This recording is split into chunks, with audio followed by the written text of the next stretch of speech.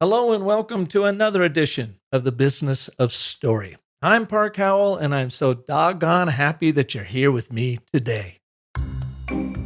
Now, I bet you don't want to invest in becoming a more compelling storyteller just to tell stories, right? As a sales and marketing leader, you want to accelerate sales, really connect with people to make them lifelong customers, bridge that annoying gap between marketing hyperbole and sales stories that actually sell. You're probably also tired of being ghosted by prospects, frustrated with the convoluted sales pitches you're told to make, confused by how you actually talk about your product that makes your buyers sit up and pay attention. But here's the thing, you won't overcome any of that unless you are crystal clear on how to tell your sales story. We have one, and I'll call it magical, narrative framework you can use to make the sales impact you seek.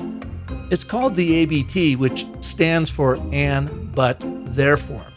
It's what we make.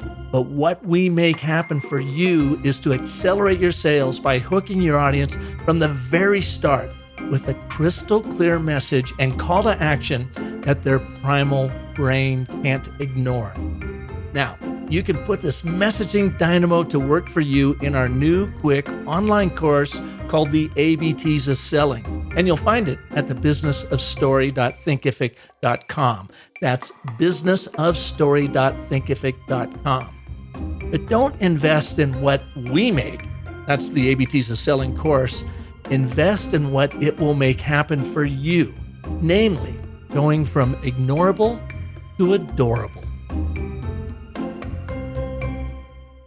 You know how I always end my shows with that sentiment of the most potent story you'll ever tell is the story you tell yourself, so make it a great one? But what if the source code for your story, you know, those fictions happening between your ears, are not serving you? How do you rewrite that code and therefore your story for greater fulfillment? That's what we'll explore today with our guest, Dov Baron. When you go to the emotional behavioral source code, you start to understand, oh, this is why I do that. Not because you're broken or you need to be fixed. You're not broken. There's nothing broken about you at all. That's a terrible mistake everybody makes. You're not broken. You have some crappy programming that needs to be undone, right? You don't go, oh, I'm going to throw this computer out because it keeps locking up. No, you go, oh, there's a virus in here. We got to get rid of it. It's the same thing in your coconut. Your coconut's got some shit in there that needs to be removed. It needs an antivirus in it. Let's get rid of it. Let's find out where it is and get rid of it. Dov, for over 30 years, has worked with committed elite-level leaders who have outward success but are dealing with internal turmoil from childhood imprinting that impacts their happiness and fulfillment. He shows them how to embrace those good and bad impressionable moments and use them to accelerate their careers and their happiness. In addition to being the best-selling author of One Red Thread and Fiercely Loyal, How High-Performing Companies Develop and Retain Top Talent, Dov is an independent contributor to multiple media outlets, including CEO World, CNN, El Italia, Entrepreneur Magazine, Medium, and Fox. As a master storyteller himself, he is considered to be the leading authority on actualized leadership. And what we mean by actualized leadership is getting the results you set out to achieve in the most meaningful manner. Today, you'll learn why Dov believes we are all addicts and how our addictions drive our stories, good and bad. 3 things you can do right now to uncover your more fulfilling story, and why most people get their story wrong in the first place, and what happens when they live into their right story. So please welcome to the Business of Story, Dov Baron. Dov, welcome to the show. Thanks, Park. I'm happy to be here. I'm excited, actually. I love talking about story, and I'm very excited to have a conversation with you. Every time we chat, it's always fun. It is fun. I have a great time with you, and you are coming to us from where? Vancouver, Canada, West Coast Canada, in the California of Canada. So it's always warm and mild here. How about the forest fires? Have you guys got Yeah. hit by anything yet? No, because I'm in the city, but Yeah. we have over 200 forest fires in British Columbia right now. So, and we had Lytton, BC, which is a village in British Columbia here, that was completely wiped out. Everything is gone. There's nothing left of that town at all. Hmm. Some people died. Some people have never been not been found yet. And at the day before, it was the hottest place in North America. So it was hotter than Death Valley. Oh my God. I was in Seattle 2 weeks ago visiting my 96-year-old mother, God bless her, who is still going strong. She still lives on the same 12 acres that she raised. She and our dad raised us 7 kids, and it was great to see her. But right after I left, they had that heat wave that I'm sure extended up to you. I mean, it was 106 degrees Yep. in Seattle, Washington. That is freaking madness. Yeah, it was, for me, it was like, oh, we're back in Australia. I felt like I was in Aussie land again. I was sending my daughter texts of the temperature constantly. She's like, Dad, I said, yeah, I think I've moved to us back to Australia and didn't even know it. Where did you grow up? We're in Australia? No, I grew up in northern England. I was Oh, I was born in northern England. I lived there till about 40 odd years ago. Then I lived France and Italy briefly. Then I was in New Brunswick, Canada for a year, or as I like to say, I lived in New Brunswick for a decade 1 year. Um, and then I traveled. I was in Asia and Indonesia studying, and then I was in Australia studying, and then I eventually moved over here. And there was lots of adventures and stories and learning along the way. I bet. I bet. And you've been in the leadership world, training, coaching. Can you give us a little bit of a backstory about you and the work you do in leadership? Yeah, thank you. So I've been doing this work for more than 30 years. I work with people who are exceptional leaders in all of their industries. So they're athletes, they're entertainers, they're CEOs, they're founders, they're all those kinds of individuals and C-suite individuals as well. They're people who are really at the top of their game. They're the people that other people look at and go, "Oh, I want to be you when I grow up." These are the people who come to me and say, "What's next?" And that's, for me, started out with a study of metaphysical studies. That was why I was studying traveling. Then I studied psychology, and then I studied neuroscience and quantum physics, and then wrote a thesis on how those things come together, and took that to leadership and said, here's where the problems are lying, and here's where you're stuck. And this is why you keep chasing the brass ring that keeps moving away and leaving you feeling empty. What are some of the problems that you see time and time again trending among top leaders that they got to work through? Well, the challenge is that for all of them, well, okay, let's be fair, not all, but pretty darn close. Most people is there's this belief that the next thing will work, and the next thing is the thing that is going to make them feel lasting happiness. So the key to understand is that happiness, just like passion, is transitory. It doesn't last. It's not supposed to last. Fulfillment is what lasts. The pursuit of fulfillment enriches us. We can't get to fulfillment unless we first engage in meaning, looking for the meaning of our lives. What is it that gives us meaning rather than what is it that gives us temporary relief? That's the number one challenge, not just for leaders, but for people. We are all addicted to relieving our pain. Can you give us an example of that? And you don't need to share the name of the person, but if someone you helped and maybe they looked like from the outside in that they had it all. Great leader, they're making money, they're growing their business, but they were lost and not fulfilled. What does that look like and how did you help them out of it? I'll give you an example of a very senior partner in one of the big four who I was working with. He climbed the ranks from being a basic accountant to being a very, very senior executive.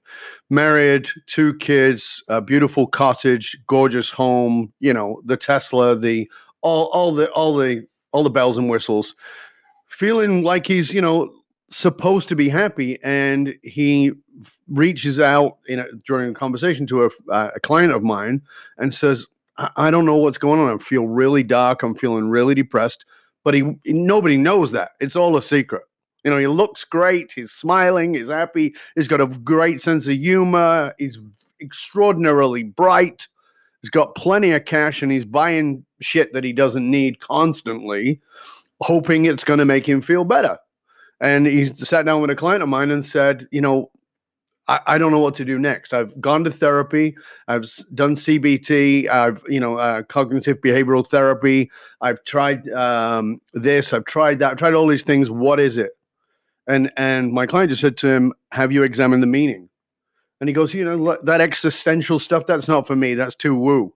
And he goes, you've never met Dov, have you? And he goes, no. And he goes, there's nothing woo about Dov, but you're going to get to the meaning in a way that is going to give your life so much significance, but there's a chance you're going to have to turn everything on its head. And that's always the breaking point, Park. That's always the challenge. I always say to people, I'm having a conversation with them and say, are you trying to put me off? And the answer is yes. I'm trying to put you off. And they go, why? Because this is not going to be easy. This is going to be faster than 10 years of therapy. I guarantee you that. And the results are going to be way, like, exponentially further ahead. But if you don't have the gonads for this, don't bother. It's okay. Because I'm not here to mess about. I'm here to get you to where you need to go to. And where you need to go to is not where you want. It's what you need at a soulful level. So your life has deep meaning where you don't give a crap about all the other stuff, but you care so the hill you're willing to die on. So what was his meaning? Where did he end up? Well, this is the interesting thing about Story Park is that we're all telling stories. You know this. We're all telling stories, and we're telling stories constantly. The problem is we're telling the stories that reinforce our reality. We're telling the stories that we were told to tell. Like that particular gentleman was telling the story, I'm a very senior executive and I'm happy and I've got it all. And that was the story he was telling constantly to everybody. And he was telling about all the people he knew and how influential he was. That was the story he was telling. But when we tell the stories that are not the meaning, we're actually compounding the pain. So here's the thing. Human beings, and I want everybody to get this, particularly as you walk down the street today, tomorrow, sometime in the future, and you see a homeless person and you don't give them eye contact. You like to pretend they're not there, and you justify that because you say, oh my goodness, those are addicts. Here's what I want you to get. This is not my opinion. This is neuroscience. You're an addict. No, not me. I go to church on Sunday and I volunteer and, I'm not the Messiah, but I'm a very naughty boy. No. That's a very nice Monty Python play right there. The fact of the matter is human beings are all addicts. We're all addicted. The question is that some addictions are socially unacceptable and some are more acceptable. Some of us are addicted to heroin and some of us are addicted to looking good. If you're addicted to looking good and being successful, you're doing the same thing as the heroin addict. And that is you're trying to ease your pain. So you try to ease your pain with more of the drug. If I used to sit in the back alleys on purpose with the homeless people, with the addicts, and have conversations with them and say, why are you doing this? Do you not know this will kill you? And they go, do I look like an idiot? And they'd be upset with me. I'm not an idiot. I know this shit will kill me. That's what they'd say as they stuck the needle in their arm. And then I sat with them and I got to understand them. This is my early 30s. And I got to understand they were in pain and they were trying to ease their pain. And what I suddenly saw was that they were no different than the guy who was buying another house or another Bentley or another boat. He was just trying to ease his pain for a short period of time. And the problem with it is, just like the addict, is it works. It eases the pain, but temporarily. And the more you use it, there's something in the brain called tachyphylaxis, which is the adaptive system of the brain, which means that as you have more of the drug, it has less effect. So you have to buy more. You have to gather more. So that was the story he was telling himself over and over and over again. But where he had to go to, where we all have to go to, if you want to find the story that will not fuel your life, but drive every part of you, you have to look in the one place you will never look. You have to look to your pain. See, your ego is always hiding behind your pain, so you never confront your ego. The So, pain is keeping you separated from it. So right. I want to go back and bring that one story full circle. What did you identify in this gentleman? And how did it change his life? What pain was he dealing with, and now how is he more fulfilled? So the pain that it took him a long time to get to, not as in a long time with me, but before, is always the same pain for everybody. And it's not the same identifier of pain, but the same place, which is that everybody gets to it and goes, "Pff, of course, of course, that's it." And so the pain is always found, and I won't tell you his. I'll tell you where he's at, but I won't tell you his because it wouldn't be fair. But I'll tell you where everybody can look, and that is this. Right now, as you're sitting here, as you're listening to this, as you're thinking about the stories you tell, you go, "Oh, well, I could tell the story about this." If you don't have any emotion behind it, that's not the story. If you've minimized it, that's not the story. You look to the story you don't want to tell. That's number one. And so, how do you get to that? And the answer is this. Ask yourself this question. It's incredibly powerful. What is it that I needed most as a child that I could not get or could not get enough of? What is it that I needed as a child that I could not get or could not get enough of? So I'll give you another client example without any details. So I said to him, "What did you need that you couldn't get enough of?" And after a little while, I was sitting there, and he's like, "I think it was connection with my dad." And I go, "Okay, that's fair." And then I go silent. I wait. I want to see what happens. And that tension, that discomfort, which is vastly important in storytelling, by the way, but sitting in the tension. I sit in the tension with him, and he goes, "You know what? No, actually, I got that." And I go, "Oh, you did?" And he goes, "Yeah." He goes, "I got that with my dad when I was fishing." I go, "Oh, you went fishing with your dad?" He goes, "Yeah." I go, "How often?" He said, "Twice." I said, "Do you think you needed more of that?" And he goes, "Yeah." And he starts to well up. This is somebody who is a surgeon, doctor, surgeon, inventor, very wealthy, very successful. Doesn't cry. Doesn't believe it. In his words, "I don't believe in this California woo-woo shit." That's his words, not mine. Now he's my greatest advocate. That's why I can tell this story. He suddenly realized what he needed was a connection to his father that he'd had a taste of, but it was like this taste that was never satiated.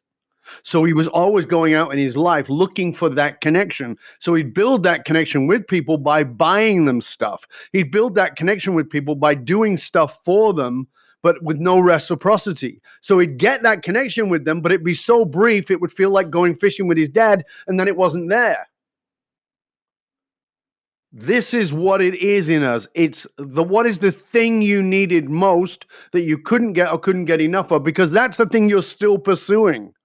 When you understand that, you understand you're trying to cover up the pain and you're pursuing something that will ease the pain to give you what it is that you needed. Once you confront that, you say, "Oh, here's why I'm doing what I'm doing." And sometimes that changes the direction of your life entirely and you go off in a completely different career. But oftentimes it doesn't. Most times it doesn't. It just deeply embeds you in it. And you suddenly get to this meaning that I don't give a crap about these things. I give a crap about what it's doing. Let me give you another quick story. I was asked real quick, Dov. So you're saying this gentleman, the surgeon, was addicted to helping people, connecting people, giving stuff to people without any sort of reciprocity. So he felt like he had that connection he didn't have with his old man, but because those connections weren't deep, people weren't coming back to him, and it wasn't look like he was looking for reciprocity. But they were just such shallow connections. It was just like fishing with his dad twice. And it never went anywhere, and that just compounded his angst and his depression, his frustration. So what did he do? What do you do to overcome that then? So now that you've recognized it, what's the answer? Right. So every time we pursue the thing we needed and didn't get in a way that's unhealthy, we actually set ourselves up to sabotage it. So, he would do these things, he would give those things, and he would And then he would wait for the other people to connect, and then he would be, of course, disappointed. So what we did was, and this is wonderful, because what we did was, number one, we put him on a relationship diet, right? That's what we called it, relationship diet. And I said, you are not allowed to have a relationship with anybody where you buy. And he goes, what do you mean? I go, if you go for coffee with somebody, you can't buy. And I said, by the way, you can use me as the reason. If you feel uncomfortable, you say, I'm under instructions from my mentor that I cannot buy anything. I cannot buy dinner. I cannot buy coffee. And I said, and you have to pay attention to what happens. Pay attention, because all the clues you'll ever need are there, right there in front of your eyes. You just don't see them. Now I'm going to make you start to see them. Well, we're a couple of months into the process, and he suddenly realizes, my God, a lot of these people that I thought were my friends have dropped away. They've just dropped away. They've stopped reaching out. They've stopped calling, because he would call them. See, he was buying also with time and attention. So he would be calling on them and checking on them and seeing how they're doing. But when he stopped doing that, they didn't check on him. They were about to see how he was. So he suddenly realized, oh my God, I'm buying this. Once he stopped doing that, he could then, only then, take true accountability and say, okay, so who are the real people? So now what he ended up with, instead of 500 friends, for instance, he now had maybe 10 who were reaching out to him. There was a reciprocity there. And he started to, and then I said to him, now here's what you got to do. You got to step into the pain and the discomfort of telling the truth. And he says, okay. So he's a brilliant guy. And he did that. He stepped up and told these people, here's what I realized from my work with Dov. And here's what I've begun to understand that I was doing. And here's the thing, by the way, the thing you do works very well. So it worked very well for him. It was phenomenal. He became an incredibly connected human being because of it. It just didn't have any depth or fulfillment. So he realized that he'd built this massive network because of it, but he didn't have deep connections. So he still was able to build the connection, because those skills don't go away. But now he was like having these deep connections with people. As a result, he's in a loving relationship for the first time in his life. He's 62 years old. He's in a loving relationship, deeply loving, deep reciprocity. He's healed his relationship with both of his children, which was impossible for him to do as far as he was concerned. One of them was a drug addict, and another one has got some serious issues. He's healed us. Phenomenal. And he's more successful than he ever was. He's now on 5 different boards. He's doing super well. He loves his work, and he gets up enthusiastic. Something that simple made that big of a difference for him. Because that's what it is. It's always something simple. It's not complex. And that's why I said, people go, of course. That's when I go to, of course, people go, oh my God, how did you see that? You're such a genius. I go, no, I'm not. Here's the deal. Fish can't describe water. You're swimming in your own poop. I can see it. I'm above that water. That's my job. That's what I do. That's the difference.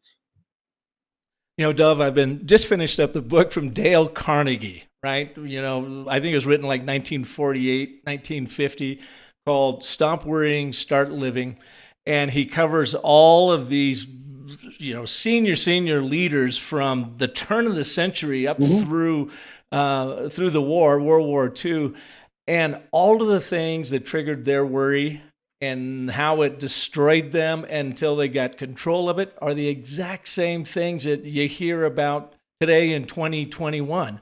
Yeah. The book is funny when you read it because its social norms are totally wouldn't work today. No. But in the telling of these stories, the one thing that struck me about it is it seems like across the board, and I don't know, you might have a number on this, 90% of us worry ourselves into a tailspin that makes us completely ineffectual, no matter how good we are at what we do. Would you agree with that statement? And that worry, I think, maybe comes from what you're talking about, people not really addressing the core pain that came to their life as a child. So first of all, the angst is, particularly in a senior role, is that 74% of people in senior positions are suffering from some form or some level of imposter syndrome.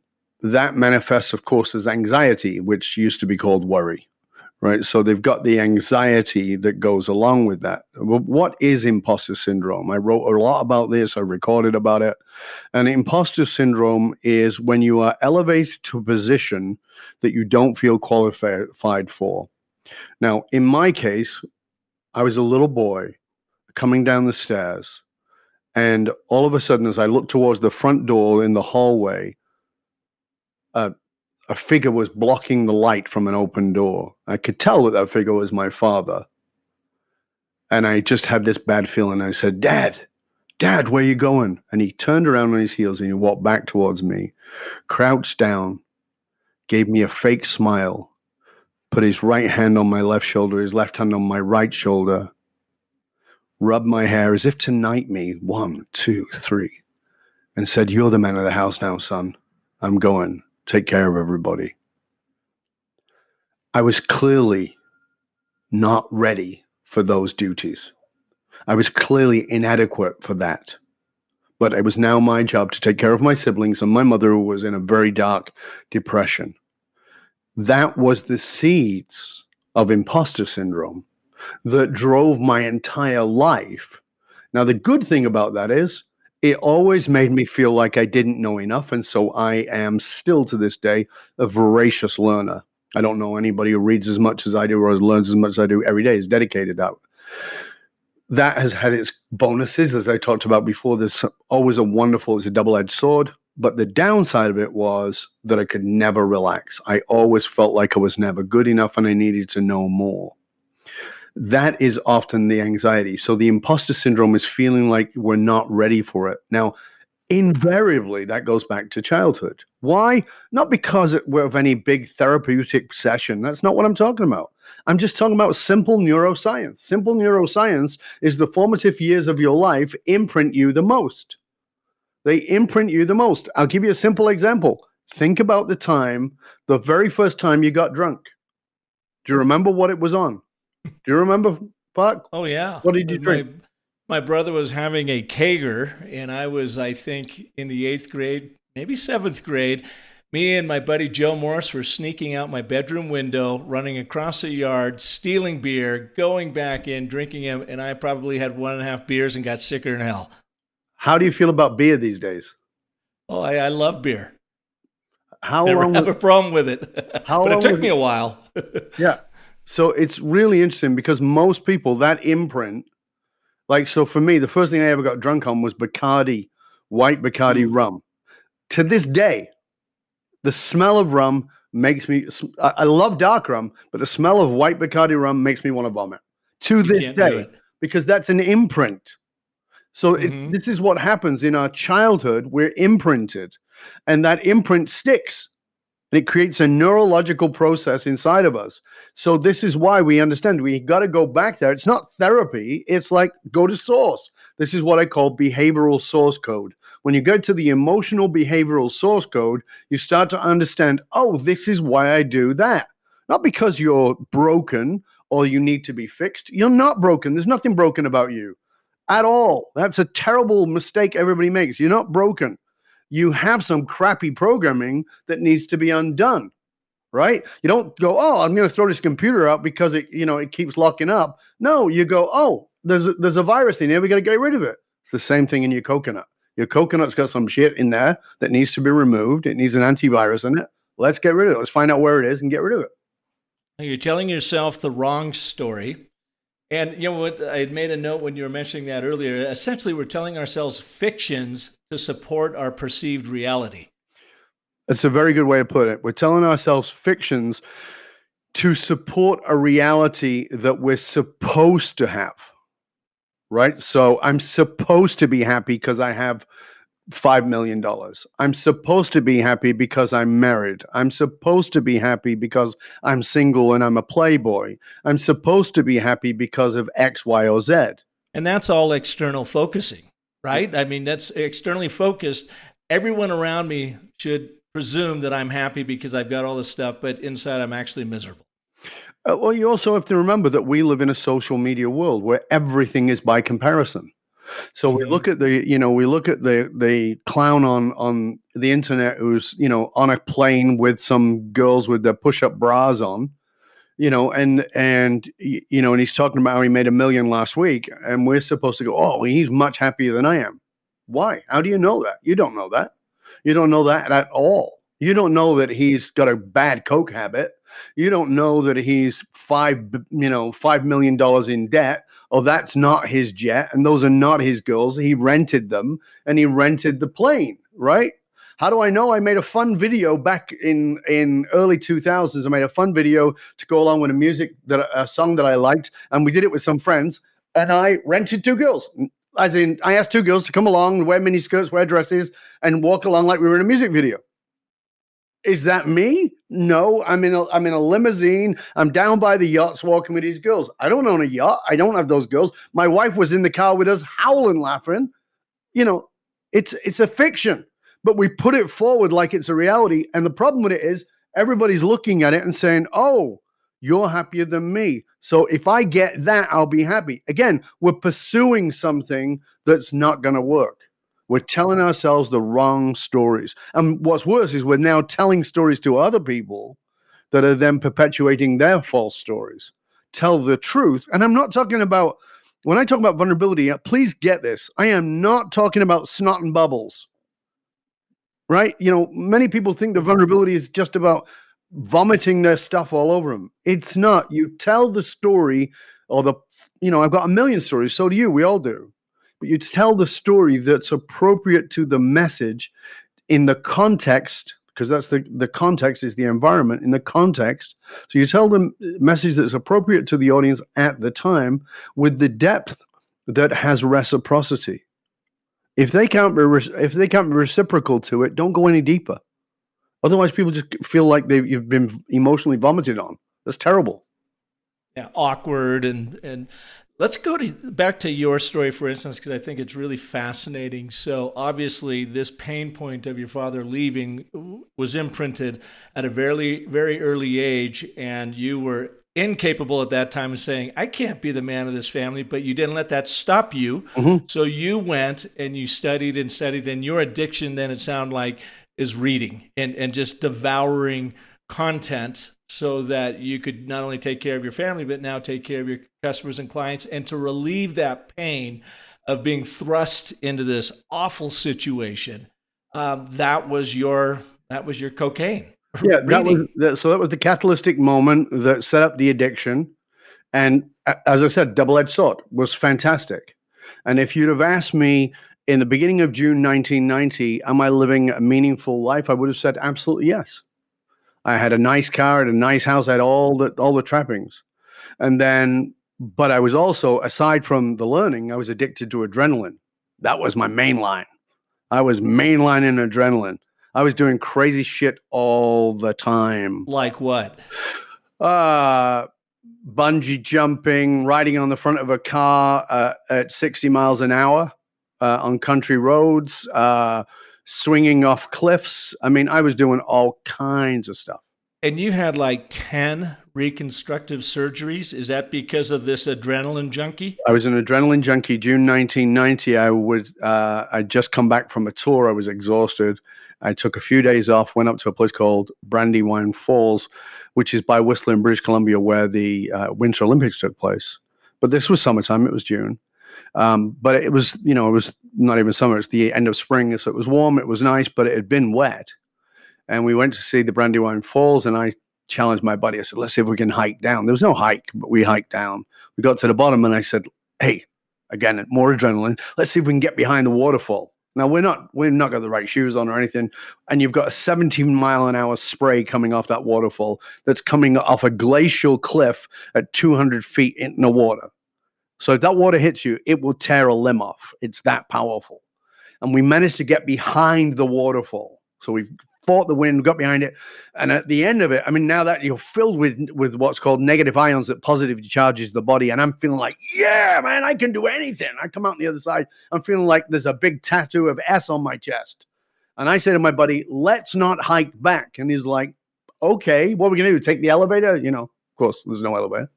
And I go, no, let's free climb. because I used to free climb. Let's free climb. And he's like, we haven't got anything. No chalk. So if you think mountain climbing is crazy, you've got safety lines, you've got hooks, you've got harnesses, you've got all kinds of things. Free climbing is far crazier. You've got chalk, you've got shoes, you've got all those things.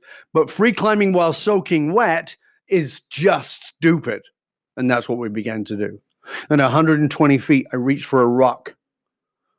So 12 stories high, I reached for a rock. That rock dislodged a bigger rock that bam hit me in the face and sent me hurtling down at maximum velocity, where I landed on my face on boulders, not on grass, not on gravel, but on boulders. Smashed me to pieces. And I was pronounced dead 5 separate times, 10 reconstructive surgeries later. And people say that must have been the moment that changed your life. And I go, absolutely not. That was the moment that embedded me in my stories. I'm tough. I've been a martial artist. I've been a leader. I was born in a ghetto. You're not going to get me down.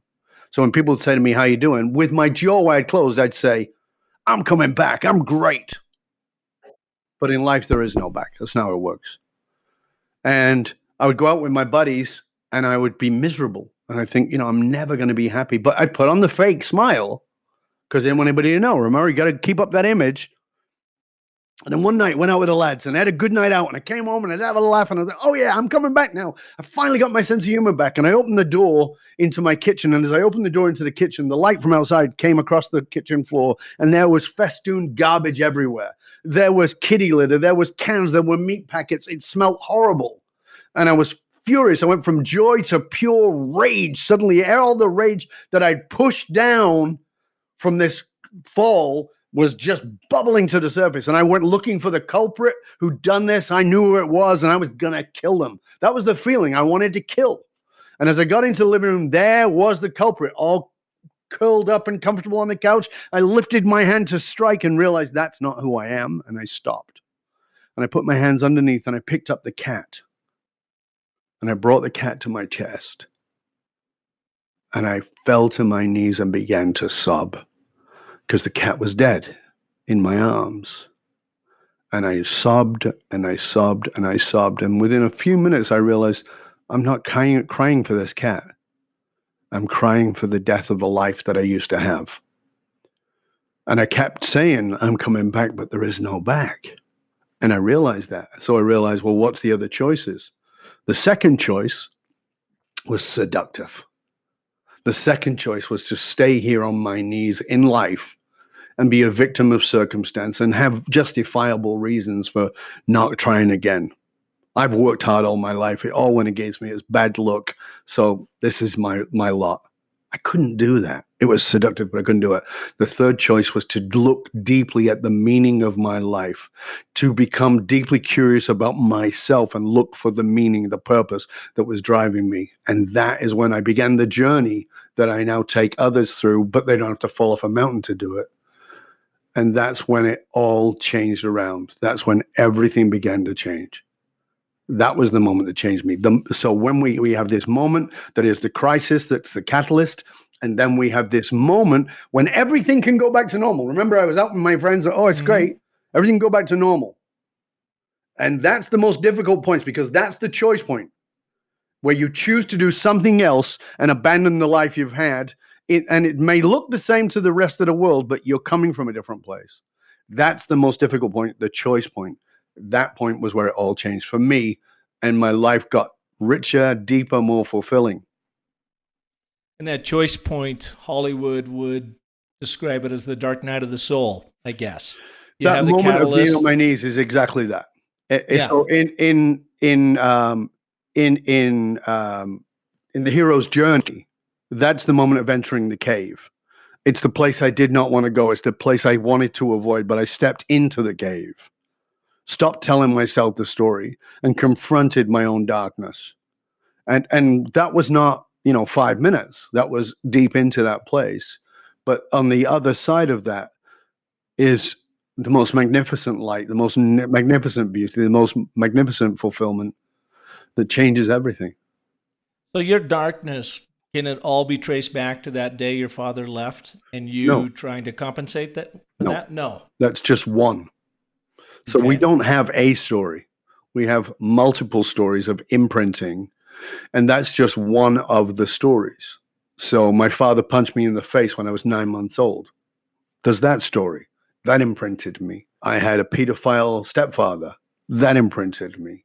I grew up in abject poverty, around violence and crime and addiction and all those things all imprinted me.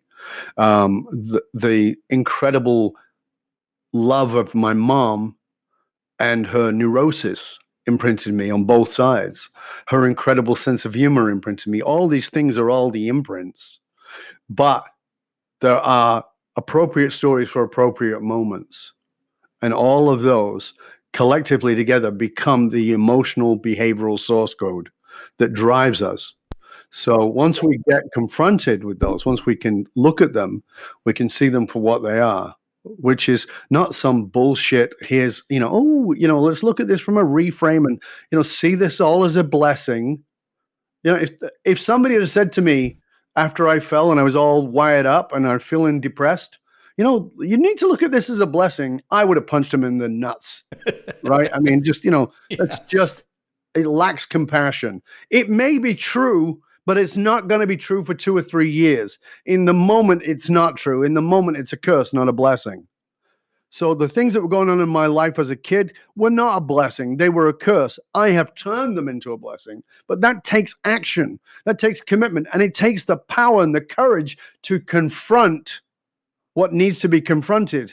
And you can't ease the pain with more chocolate, more donuts, more money, more Bentleys, more houses, more yachts, more sex, more cocaine, more alcohol, more beer. It doesn't matter. You can't ease that pain with that. You can temporarily, but you're never going to turn it into the blessing, the fuel that it can be. Can someone really do this on their own? I mean, they can take your advice at the top of the show that says, go back and look at that time when you didn't have or never had, you couldn't get enough of. But can people really peel back that onion themselves? It's a great question. I would say that you can start. You can't actually do it on your own. And the reason is, as I said before, a fish cannot describe water. You can't do it on your own. A fish can't describe water. You don't have that ability to look into yourself with that level. So we need a guide. I have guides. And I guide some of the most powerful people in the, people you hear of on the news are my clients. I guide them. These are people who are guiding nations, guiding organizations. So if they're smart enough to go, oh, I can't do it on my own, then the rest of us need to understand that. You can't do it on your own. And by the way, you can't do it with your mom, and you can't do it with your sister, and you can't do it with your mate who you have a couple of pints with. You need somebody who actually understands this at a deep level. This is more than therapy, right? Because therapy, oftentimes, I was trained as a therapist, and I was a Jungian therapist, and oftentimes it's about nothing more than just whining and complaining. The reason I stopped being a therapist is because I got really pissed off with people wanting to come in and vent and then not do anything. That's not the answer either. So you have to have this combination of here's what it is, here's the catalyst, here's what it's created in you, here's what you've been doing with it, and it has a great outlet if you do it right, but it's destroying you if doing it wrong. So now let's do it the right way. And they're like, boom, okay, I got it. Suddenly I'm doing the same thing from a completely different place. You help them change that story they're telling themselves, but then actually take action and live into it. You can't just tell yourself a new story. You actually have to be a participant in it.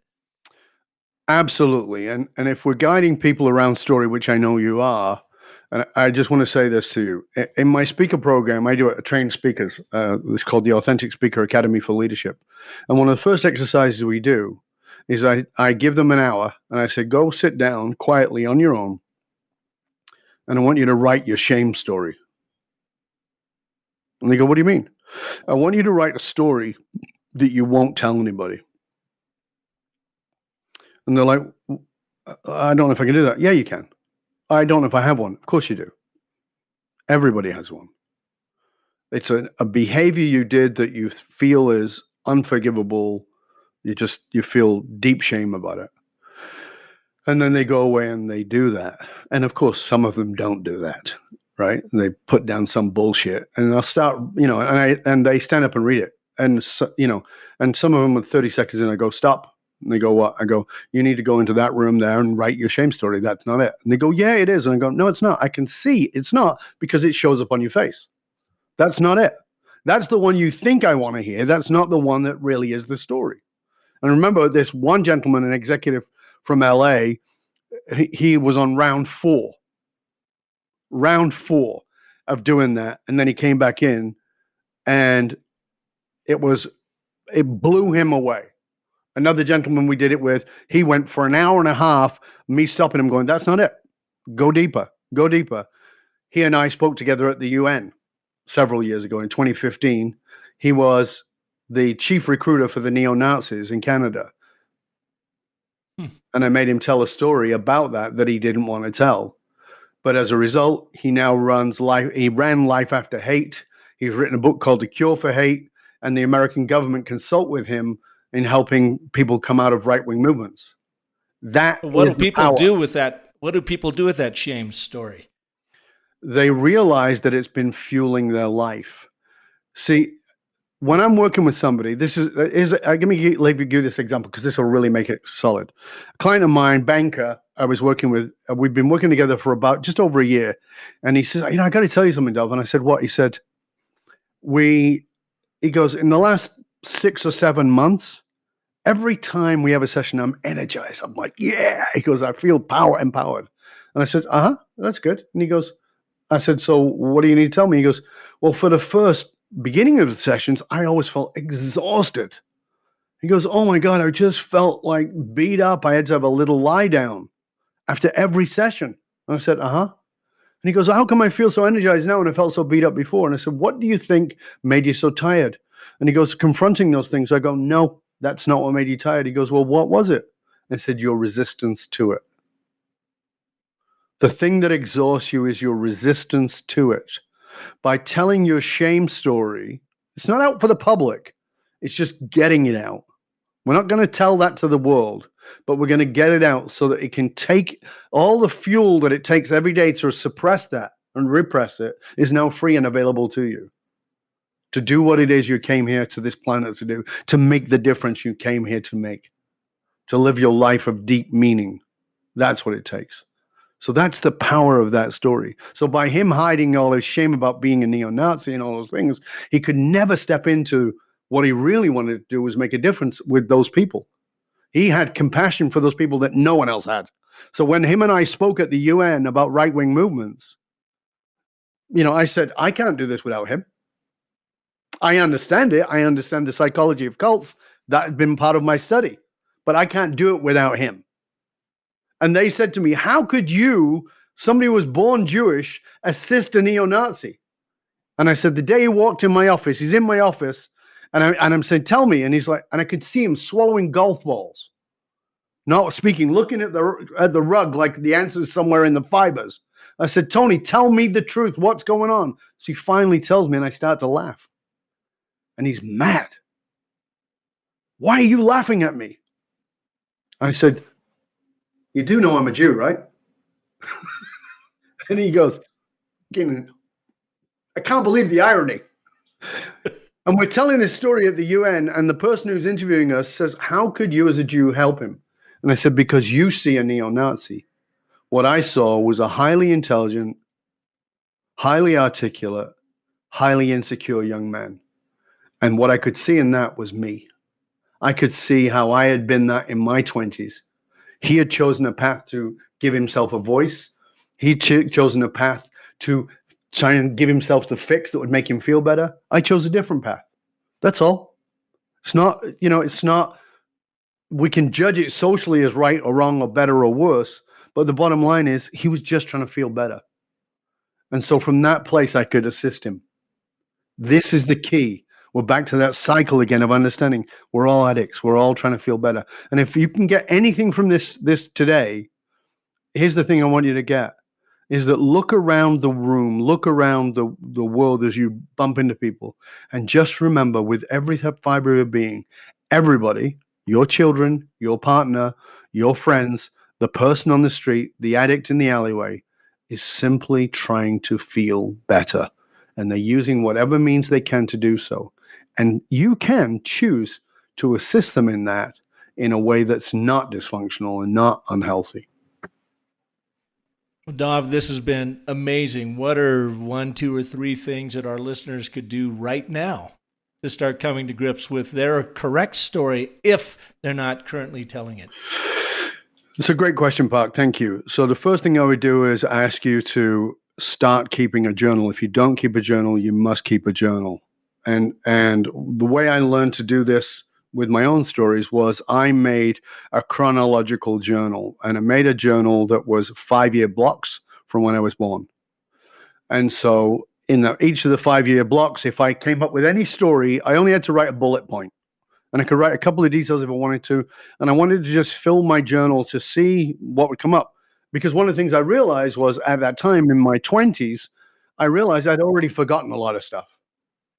But by plotting it out, stuff started to flow back. And I started to see that. And I started to see all the stories that I had.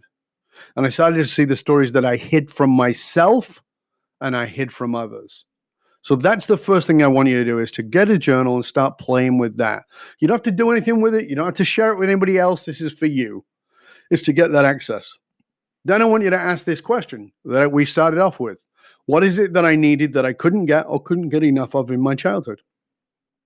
And then ask yourself, how have the stories from my childhood, how might they have been about trying to meet that need? And the third piece is very simply this. Who can I serve who also needed what I needed? If you can understand that, you can understand the business of story. So everybody's talking about story in business, but they don't understand what story in business is. They tell some bullshit story that they think is right, the right story to tell, but it's not the truth. And people resonate with the truth. And I see all the time, I'm a speaker, I've been a speaker 35 years, and I see all the time speakers on stage telling faux stories.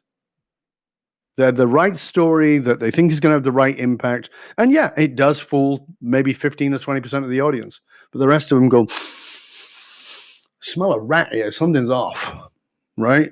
There's some, it smells a lot like bullshit, right? And they just like, they don't, and it's because it's not real. And people internally have a radar system for that. And again, as you've said, Park, many times, it's not about a 15-minute, 20-minute story. It can be 15 seconds that just allows somebody to connect with you at a very human level. Because all of it, wherever we go, all of it is about human connection. All learning is emotional based. Story excites the emotional part of the brain. It attaches to the limbic part of the brain, which is the emotional part of the brain. We learn through emotion. Without emotion, there is no learning. Those subjects you did at school that you hated because there was no emotional learning. And if you had a subject at school that you were bad at and you suddenly became good at in a different year, take a look back and you'll discover one thing and one thing only. You got a better teacher who emotionally engaged you.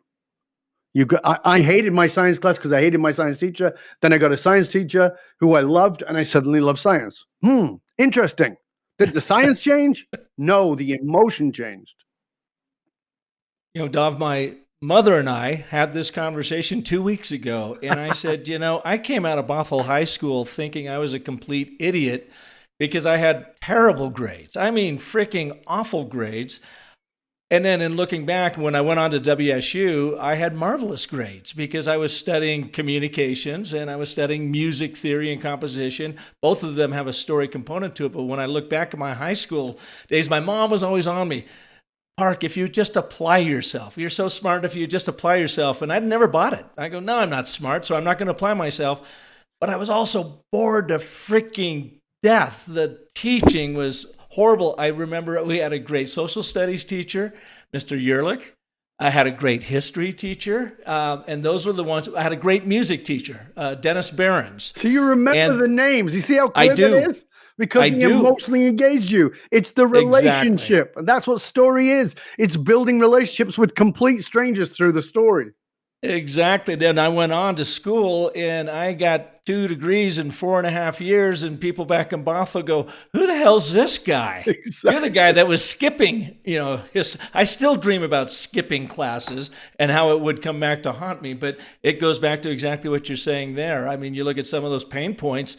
If you got a crappy teacher and they're just blasting you with data and memorization, you're sunk. You got to run. You got to go find someone that's going to immerse you in stories. So, Absolutely. And that was a story I told myself. I told myself I was an idiot. And we all do that, right? Yeah, That's what I'm saying. actually We're not. telling ourselves stories that don't empower us rather than telling our stories that do empower us. I too had the same story. I was stupid. I was convinced until I was 26 years old. I was much older. And that was because I had very severe dyslexia. Right? But I pushed myself to read and study, but I felt like an idiot always. So it's a bad story. It's not a truth. It's just a terrible story. Well, Dov, I just so appreciate you being here, sharing your story and what we can do about our own stories to find the right one to live into and prosper within. Where can people learn more about you? And the last question, after you answer that, what is the best book you might point someone to start exploring this? Okay. So you can find out more about me at dovbaron.com. That's DOVBARON.com. You'll find most of the stuff on there. I have a YouTube channel. You can just look for me on there. I also have 2 podcasts. One is called Leadership and Loyalty, and the other one is called Curiosity Bites. You can find those on all the usual outlets. I also have an outlet on Medium called The Dragon's Den. You can find out about there. And if you just Google Dov Baron, I'm pretty much everywhere. It's nauseating. So you can find out about me in all those kinds of places. And, if this makes sense to you and you feel like you want to reach out to me, I know I'm insane for doing this, but you can write to me directly. It's Dov, D-O-V, at dovbaron.com. And write to me, because I actually want you to know this. This is important to me, and I want you to know this about Park too. I do these podcasts. I know what it's like. I know what it takes. I want you to write to Park. I want you to tell him what you got out of not only this episode, but any of his episodes. Tell him what you got out of it and what you're going to do with it. And if you like, you can write to me and tell me what you liked about the show, what you got out of it, and more importantly, what you're going to do with it. If I can assist you or serve you, that's fine. We can do that. Otherwise, it doesn't matter. What matters is that you have to be generous. Don't hoard information. Be generous. Share the podcast. Make sure that you rate, review, subscribe, and share it out with your friends. There's a lot of value here, not just with me, but with all of the guests. Park takes the time to find awesome guests for you. Please appreciate and recognize him for that. It's vitally important. So that's how to get hold of Park. That's how to get hold of me. And I said all those places. And the other question was? The final question, what book or resource would you direct someone to so that they could actually start doing this exploration on their own? There's so many, but one of the books that I would really start with is The Drama of the Gifted Child. Is a really great book for starting this particular exploration with, and examining how you may have been trained to tell the wrong stories. One of the things I teach my clients is that if you were, as a child, a truth teller, you were made into a bad kid. And so if you were made into a bad kid because you're a truth teller, you inherently become a liar. Not because you're mean or horrible, but it's of self-protection. And so if you look at that, if you go, I used to say things and my parents would shut me up, or, don't say that. That's actually a clue about how good you are at storytelling from the truth, but you learn now to flip that on his head and you've learned to lie. So this is a way to really come into contact with that part of yourself that's really deeply authentic. The Drama of the Gifted Child. It is. I got to check that out, because I can't tell you how many times, Dov, I was told, Park, stop telling stories. I'm going, but I'm not lying. I'm just telling you what went down. We don't need to hear that. Yeah. Be nice. I have to check that out. Be nice. Play nice. Yep. But well, man, this has just been an absolute pleasure. It's been about 1.5 years in coming. So I'm glad that we finally got a chance. You were kind enough to have me on your show a couple months ago, and I just absolutely loved that conversation. And it's just so nice of you to be here on the Business of Story with me, Dov. Totally appreciate it. Well, thank you very much, Buck. It's been a pleasure and an honor. It was a pleasure and honor to have you on our show. And again, check out Leadership and Loyalty because Park's on there, and it's a fabulous show, as he said. Great conversation, and there's a lot to learn in both of these shows. So again, share them out with everybody. And with that, I don't even have to do much of a close here, other than if I can be of service to you, come on over to businessofstory.com, where, as you know, I've got a ton of tips, talents, techniques that you can use immediately to help you craft and tell compelling stories that sell. As Dov said earlier, please, please, please share this particular episode with your audiences, because I think everybody is going through what Dov talked about today, and he shared some great insights in how we can take another look at our story and make sure that we're telling ourselves the right story. Because, as you know, I end every single show with one sentiment, and that is, the most potent story you'll ever tell is a story you tell yourself. So make it a great one. Thanks so much for listening.